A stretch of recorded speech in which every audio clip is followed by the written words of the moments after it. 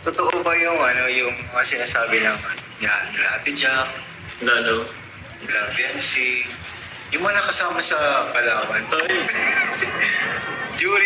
During Palawan talaga may off ka. Mas para sa akin, yung Palawan talaga. wala ka dun, wala ka ba dun? Wala ako dun eh. Okay. Para sa akin, dun nagsimula ang lahat.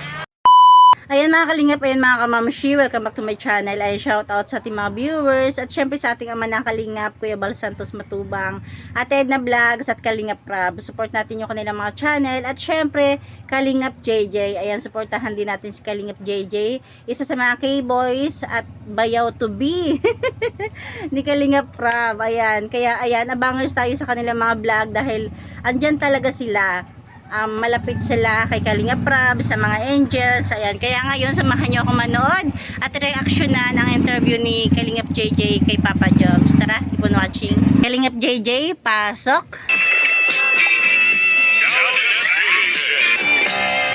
Hello guys, ito ang push interview kay Papa Jones. Papa Jones. Siya? Ba't Papa Jones ngayon ka lang? Ba't kayo ka lang? Ha? O, interview mo ngayon? Oo, Papa Jones. Kinakabahan ka ba? Lagi naman bro, kayo, ikaw si QNL, lagi kayo may ka ba kay QNL? Lagi interview. Bakit? Ano bang meron sa katanungan namin na Kaya mo. Masyadong, wala. Masyadong, tawag niya, nahihirap? mahirap. O ano, pwede ka nahihirapan kapag Hindi naman siya totally mahirap. Sadyang, lang, binabalance lang natin. na-balance? Ano bang pagkakaiba, Papa Jones, ng on-cam and off-cam? Ha? Anong pagkakaiba ba ng samahan nyo? Off-cam at on-cam? Ay, kumukang goods din naman. On-cam talaga, goods kasi kitang-kita ng mga viewers eh. Oo. Ano na tawag yan? Binabalance ko lang din. Wala lang kasi tawag yan. Mahirap na. Kasi siyempre may mga sagot na binabalance na I mean sa mga sagot na siyempre as much as possible hindi naman tayo mag-bash na Ay, hindi naman talaga mababash. Ba't naman mababash ang isang Papa Jones? oo. Hindi pwede ka kasi yung may mga tanong kasi na Mahirap. Ano bang Mahirap. example ng mahirap na tanong para hindi ko na may tanong? Kasi baka nasa isip ko na yan. wala yung mga Mahal mo na ba? hindi naman siya mahirap. Uy, grabe. So, mahal mo nga. Hindi, yung mga pang kasi minsan kasi may mga na pang mag-asawa na yung Pag mag-asawa. Pang futuristic. pang futuristic. Hindi mo lang tayo Ano sa lang, mga pang wholesome mga tayo, pang-feed wholesome moment tayo. lang. Yes. So yung on-cam saka off-cam, Ha? what you see is what you get. What you see is what you get. Ika man ni Carla. So yeah bro, ano bang tanong mo bro? Saan ba galing yung tanong mo if ever? Sariling isip mo ba or Sarili lang naman. Sige. Ano lang ito, madali-dali lang. Sige. Sige po bro. Ay, ito muna pala. Ano muna pala yung reaction mo nung nag-I love you? Si Carla. Simple masaya. Alam mo yan tipong wala na rin siyang kawala eh. Kinikilig yung Walang kawala. Nagka-love na tayo, siyempre. Nag-I love you to na yun. Ano rin yun, parang bitag. Bitag na yun. Nabitag rin. Nabitag ba? So, mahal ka talaga ng Carla. Grabe Yes. pagmahal ni Carla sa'yo. Ops naman ka. Ngayon, kumusta kayo ulit? Okay naman kami mamaya. May lakad tayo mamaya kasama naman. Kasama si Carla Vlogs. Lakad pa kami ngayon. Kasama si Carla. And yun, okay naman kami. Very good, we're fine. Although, busy lang siya ngayon sa pag-school ulit kasi pasokan na So, nila ano ulit. ulit? Kaya, Ako din naman, nag-ano din ako sa bilang, yun yung talaga, yung natin. Yung ginagawa natin po, nag-start, mag-vlog, pagsama sa Favors Mission, kaya, yun. ba't pala ko yan? Hindi ka na nakakasama minsan sa Ha? Kailan? pag-mission mo. Busy ka din. Saan? Sa pag-mission. Pag-mission? Actually bro, tawag paano ba? Doon siya sa Mission on Cable. Actually meron, every na kasi may vlog naman si Carla. Ay, nag-joker every week. So, parang doon na din ako Doon na lang ipasok mo. Parang doon yun din ang pasok ko kaya na. Kasi ang dami naghahanap sa'yo eh. Oo nga eh. Nakapag- Pero, pag minsan bro, ewan ko kung mapapansin nyo, kasi nasama ako sa Kibosh on Mission, which is si Ian po di sa second channel po yun ni Kalinga Oo. Prab. Kayo kasama. Ako yung Papa kasama din na. Ano po? Si Papa din pa kasama mo, di ba?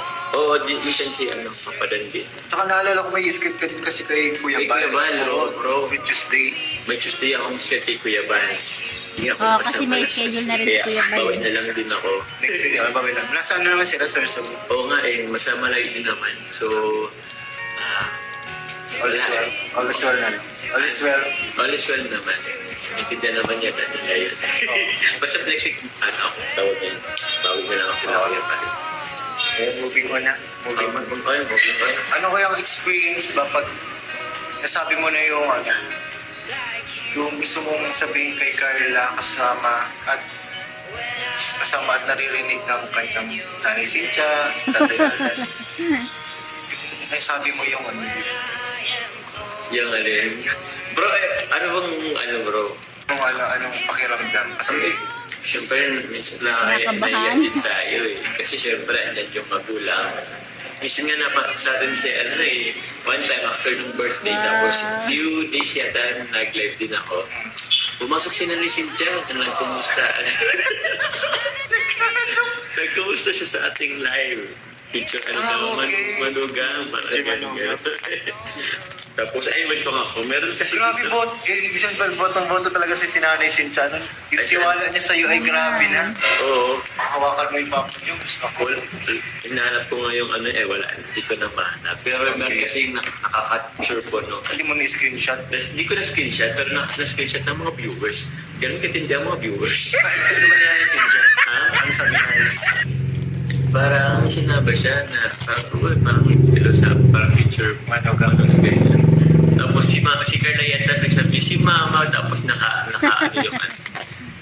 Ay, boss. parang ganyan. Parang siya nahihiya. Di ba ganyan naman talaga? Oo, ganun si Carla.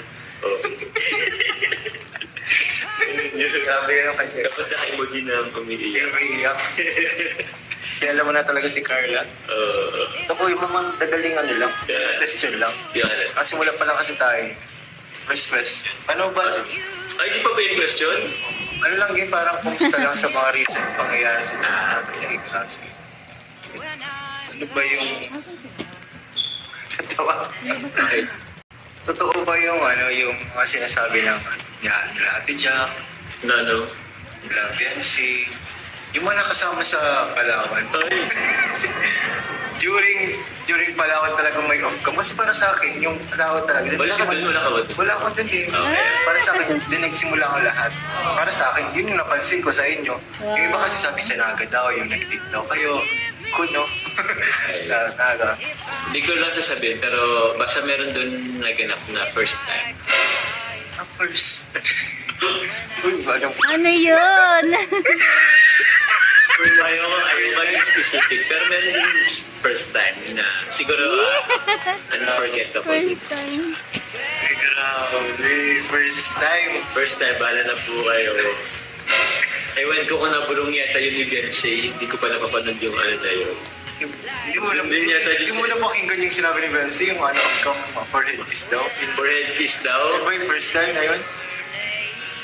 Mukhang hindi May pa masikip pa daw. yun. May mas malupit. Wala ko sasabihin.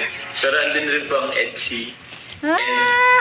Kung may bulong siya about sa Jomka. Okay mo na yan. May bulong ako sa Etsy, pero hindi ko sasabihin. Ano sasabihin? Ano sasabihin? Hindi ko sasabihin. Grabe. Pero meron din ako sa Etsy. May pangyayari pala sa Palawan na ang bira yun. Ano lang ako, basta usap-usap lang. Feeling ko nangyari yung nasa Gumaos, parang bilog, tapos may gano'n. Wala mong cam. May hindi ako, parang may gano'n. Parang ganun. Wala. Nasa indoor. Doon kasi outdoor kasi yun. Oh, yun indo. Okay. Parang nasa sala siguro. Sa pusap, nakapalikod yung sofa. Parang doon na-imagine ko. Di ba? Pero sabihin. Grabe naman ito. Pero yun na yun. Ito na na-release.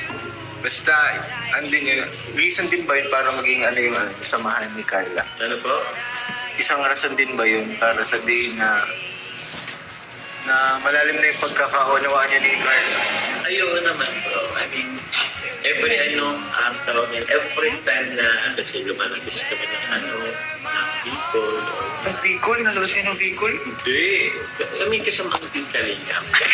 So, nagkaroon ng mga chances na enjoy yung company ng isa't isa, parang gano'n. Tapos, mas nakasalamuha, mas naging open, mas lumalim yung samahan. MG. Grabe. Parang gano'n, bro. Pambira iyan. Kaya kung gusto mo, bro, ayun, mapaw ko nga pala ang FC. Shoutout, bro. Kasama ka yun, bro, ano? O, cameraman ako eh. Ay, siya. Shoutout, ganda ng sound ko. Grabe. Yes. Ganda sana all. Ito kuya. Na-describe mo na ba si Carla? Describe. Oo. Paano ba dinidescribe si Carla para sa'yo? Ano ba si Carla sa'yo in 3 words? Oh. Pero siguro yung huwag natin isama yung maganda kasi kipid na yun. Kipid naman na yun. Others siguro niya, andun pa rin yung pagiging mahihain niya. Mamahiyain pa din si Carla. Oo, parang yan. Ay, mahihain pa din dapat. Pero, yun. Number 2 siguro jolly at mabumisnis. Yun din talagang niya. Jolly at mabumisnis. Parang hindi ko Pag nakuha mo yung niya, yung mood niya. Oo. Pag naging comfortable kayo. So parang aliw din, parang gano'n. Aliw talaga. Oo. Tapos ano ba? Hindi ko napapansin kay Carla yung pagiging jolly niya. Ah? Bihira lang siguro. Bihira lang. Kasi mo pa kasi kung madalas kasi nakikita mo si Carla, kasama tayo, marami. Oo. So, siyempre, Kapag nakita mo na si Carlang ganon, ibig sabihin, komportable na siya sa'yo. Ganon lang yan. Pag hindi pa siya komportable, medyo mahihain talaga si Carla. iya rin siya pag madami yan. Pero kung, let's say, konting lang kayo, small group lang kayo, ikentuhan, nag-aasaran, nalabas niya yung yung galing niya. Lalo na yung comfortable siya sa mga tao na sa paligid sa kanya. Yes. So, mas nailalabas na yung pagiging galing na yun. So ano ba ang secret niyo kuya para maging maayos yung daloy ng vlog? Nag-usap ba kayo before vlog or after vlog? May compliments para mag-boost yung self-esteem? Sakto lang din. Sakto lang din. Minsan kasi na lang din kamwat may. Alam mo, sakto lang. Bakit? Kamwat may, grabe. Parang kamwat may, di na kailangan mag-usap-usap. Sabi nga niya, what you see is what you get. Kung ano yung magdaloy, yun na Oo, yun. pero madali na Yes, yun. what you see is what you get. Naman. Ito ko yung last. Ha? Last sa easy. Oo. Hindi ko alam kung easy to. Ano ba ko yung kailan ba yung liham? Liham, actually yun na nga Kasi, Ay, rin liha, ako, meron na akong reaction curious ka din. yan. curious din ako sa mga nasulat ni Carla. Ano ba yung nasulat niya? Mahaba ba yun? Di ko rin alam. Di ko rin masyadong tiningnan. Kasi, yun. Gusto ko lang din mapuntahan na din para if ever. Gusto ko lang yung makita or kung mabasa kung anong nilalaman ng biham na yun para sa akin. May specific date ba yun kuya na pupuntahan niyo yung Hindi ko lang specifically, pero parang napag-anak kasi na is after na graduation?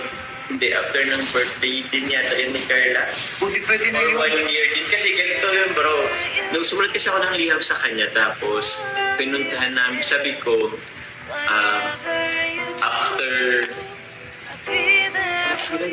after ng birthday ko, kukunin ko siya after birthday ko. Tapos yun nga, na-vlog naman yun ni Kalinga para. Oo, napansin ko na. Nung sumulat ako bro ng liham, sa channel ko yun Pero nung in-open na, binuksan na. Sa channel ng Kalinga Prab, grabe. Oo.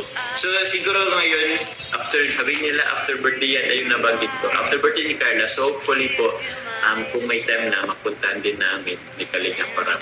Sana Sana bro. possible ata na mangyari yung pagbasa ko sa vlog ni Carla. Pwede rin, oo. Kasi sulat naman yun eh. Oo, may papanitulot din, oo.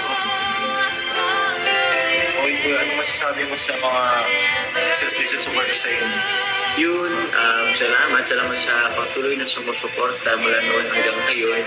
Part 76 na yata yung pinakalas. So, double na yun kasi panibagong taon.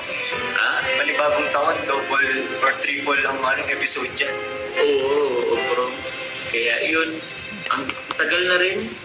Di rin namin inakala ni Carla na tatagal kami ng Yes. ganito. Tapos mas lumalim pa yung samahan natin po ng mga supporters, mga sponsors, or lahat ng viewers po sa mga subaybay. Kaya yun, maraming salamat po sa inyo. Ayun mga kamamshi, ito pala yung sinasabi nung, may comment kasi sa akin, sabi reactionan ko raw yung interview ni Kalingap JJ kay Jomar kasi nasa part 3 na raw. Ayan, di ba? Totoo naman, minsan talaga, kahit pasabihin na sanay na si Papa Jom sa camera, di ba, sa mga K-boys, pero kapag usapang interview na, syempre kahit sino naman talaga, normal naman talaga yung makakaramdam ng kaba, ng nervyos. Bakit? Kasi baka kung anong tanungin na parang wala na sa lagpas na sa limit, di ba? Tapos kapag hindi niya sinagot, baka kung ano isipin ng mga viewers, ganun, di ba? Kaya buti na lang at least sinabi niya para kahit paano is alam ni Kalingap JJ yung mga dapat lang niyang itanong, di ba? Tapos dun sa si Carla, may pagka-jolly. Pansin ko talaga kahit sino naman, di ba? Kahit siguro kayo, pansin din natin na may pagka-jolly ang Carla. Kaya lang andun pa rin talaga yung pagkamahiyain. Lumalabas yung pagka-jolly niya kapag komportable na siya sa tao, di ba? Kapag nakuha niya na yung ugali, di ba? Pero kapag lalo pa pag hindi pa niya lagi nakakasama, andun pa rin talaga yung hiya, di ba? Nahihiya pa rin siya. Kita naman natin sa mga mukha niya. Tapos kapag komportable naman siya, kita rin naman natin sa aura niya, sa tawa niya, di ba?